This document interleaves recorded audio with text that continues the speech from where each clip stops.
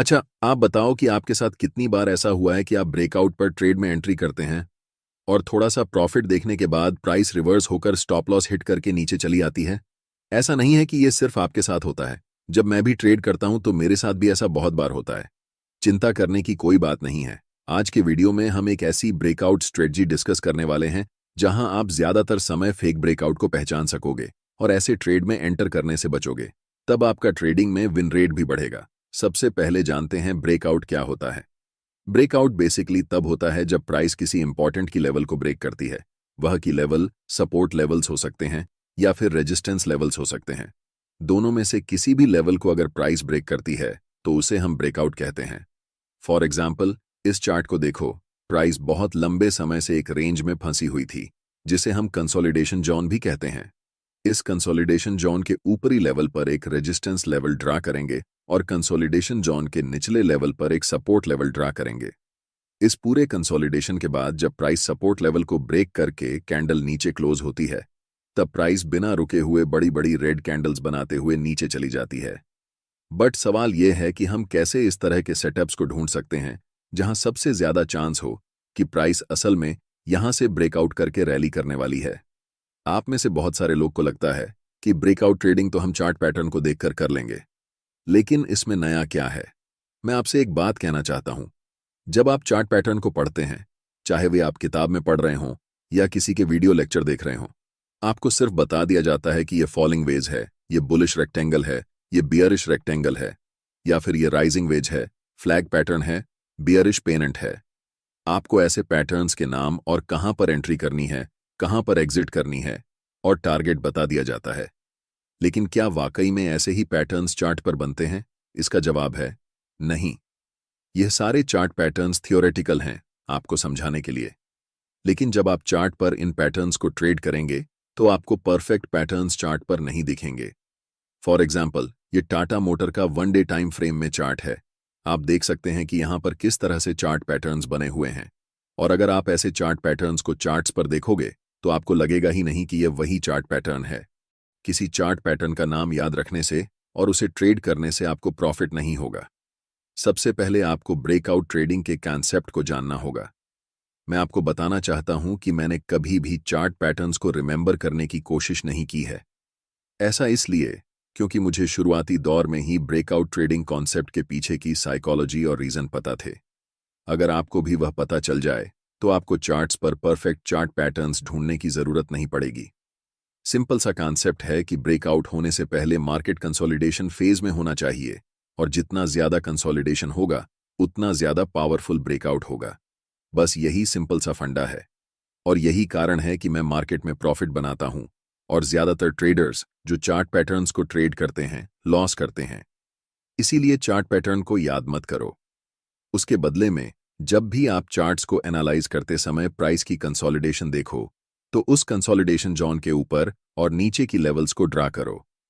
For example, यहां पर price अब ट्रेंड में है तो यहां पर हम हायर लो और हायर हाई पॉइंट्स पर लाइंस को ड्रा करेंगे और तब आपको ब्रेकआउट को ट्रेड करना है।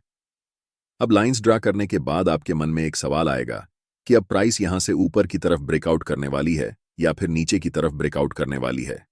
ज्यादातर ट्रेडर्स जैसे ही ब्रेकआउट होता है तुरंत ट्रेड में एंट्री कर लेते हैं, और बाद में उन्हें पता चलता है कि प्राइस थोड़ी सी ट्रेड की डायरेक्शन में जाती है, फिर रिवर्स होकर स्टॉप लॉस हिट करते हुए ट्रेड के अगेंस्ट चली जाती है।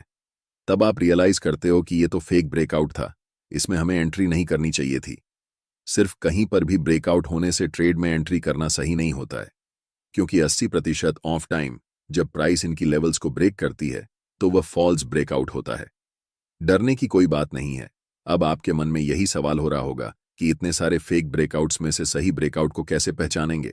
जब भी प्राइस ब्रेकआउट करती है तो उस समय आपको मोमेंटम कैंडल को पहचानना होता है।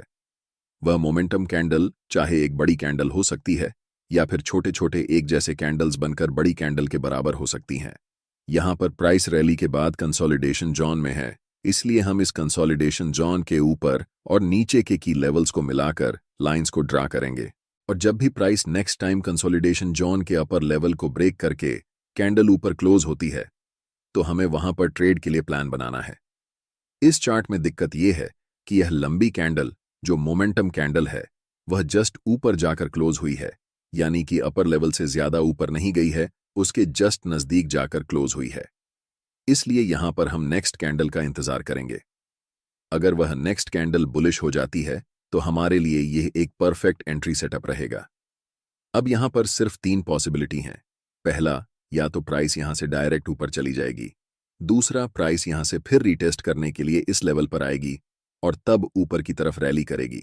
और तीसरा, कि प्राइस डायरेक्ट यहां से नीचे की तरफ आती है और हमारा स्टॉप लॉस हिट हो जाता है। लेकिन अगर हम मोमेंटम कैंडल पर ही एंट्री कर लेते हैं तो हम 2 सिनेरियो में प्रॉफिट बनाएंगे। या तो प्राइस अगर यहीं से ऊपर चली जाए तो भी हम प्रॉफिट बनाएंगे। अगर प्राइस रिसेट के लिए इस लेवल पर आए और उसके बाद रैली करे तो भी प्रॉफिट बनाएंगे। और इन दे केस अगर प्राइस डायरेक्ट नीचे चली जाए तो स्टॉप लॉस हिट हो जाएगी। लेकिन हमारे पास 3 प्रोबेबिलिटी हैं, जिसमें से 2 बार चांस होंगे कि हम प्रॉफिट बना सकते हैं।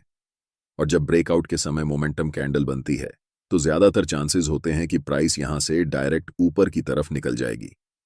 यहां पर ब्रेकआउट कैंडल मोमेंटम कैंडल है, लेकिन यह कैंडल रेजिस्टेंस लेवल के ठीक ऊपर जाकर क्लोज हुई है। अगर थोड़ी और ऊपर जाकर क्लोज होती तो हम इसी कैंडल पर ट्रेड में एंट्री करते। लेकिन यहां पर हमें नेक्स्ट कैंडल का वेट करना है।